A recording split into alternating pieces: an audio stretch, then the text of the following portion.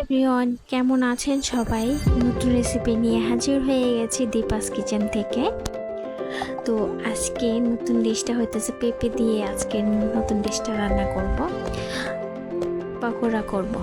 তো এখানে ডালটাকে বেটে নিয়েছি, পেঁপেটাকেও গ্রেট করে নিয়েছি।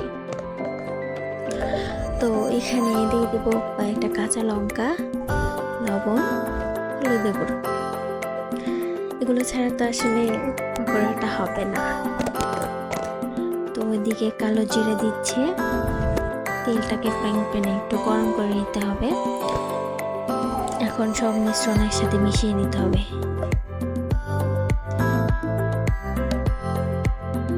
ডাল বাটাটা একদম মিহি করে বাটতে হবে, সুন্দর করে। পকোড়াটা অনেক অনেক টেস্টি হয়েছে। তোমরাও চাইলে নিরামিষ আইটেমে এই পকোড়াটা রাখতে পারো, ভালো লাগবে। মাখা হয়ে গেছে। এখন পকোড়া শেপে দিয়ে দিচ্ছে। ছোট বড় তোমরা যে যেমন পকোড়াটা বড় করে খেতে চাও খেতে পারবা, করতে পারবা। এক এক করে সবগুলো দিয়ে দিতেছে ফ্রাইং প্যানে।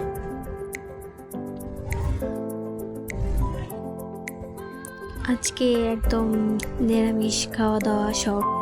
আজকে সোমবার, তাই ভাবলাম তোমাদের সাথে শেয়ার করে রান্নাটা। নতুন রান্না হচ্ছে বাসায়, এটা অনেক টেস্টি হয়েছে, মানে কি বলবো, বলার মতো না। তোমরাও বাসায় ট্রাই করবা। অন্য কিছু দিয়ে যদি না খেতে চাও, এইভাবে পেঁপে যদি থাকে তাহলে এইভাবে খেতে পারবা, এতে ভালো লাগে। এই তো এই পাশ ওপাশ উল্টে ভাজা হয়ে গেছে। ডাল দিয়ে পেঁপে পকোড়া। তোমরা চাইলে এটা মুড়ি দিয়েও খেতে পারবা। আসলে নিরামিষে বড়া যে স্বাদ না থাকলে ভালো লাগে না, তাই আজকের এই রেসিপিটা করা।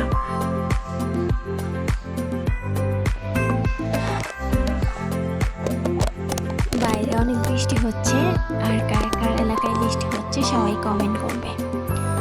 আজকের আইটেমে যা যা থাকছে: তিতা ভাজা,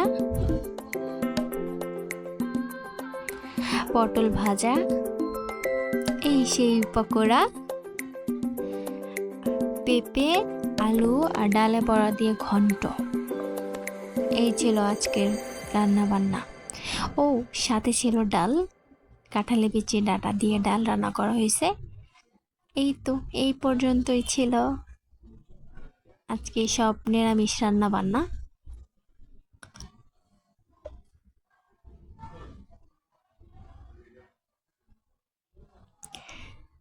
সবাই ভালো থাকবে, সুস্থ থাকবে। আজকে চললি, আবার আসবো নতুন কোনো ভিডিও নিয়ে।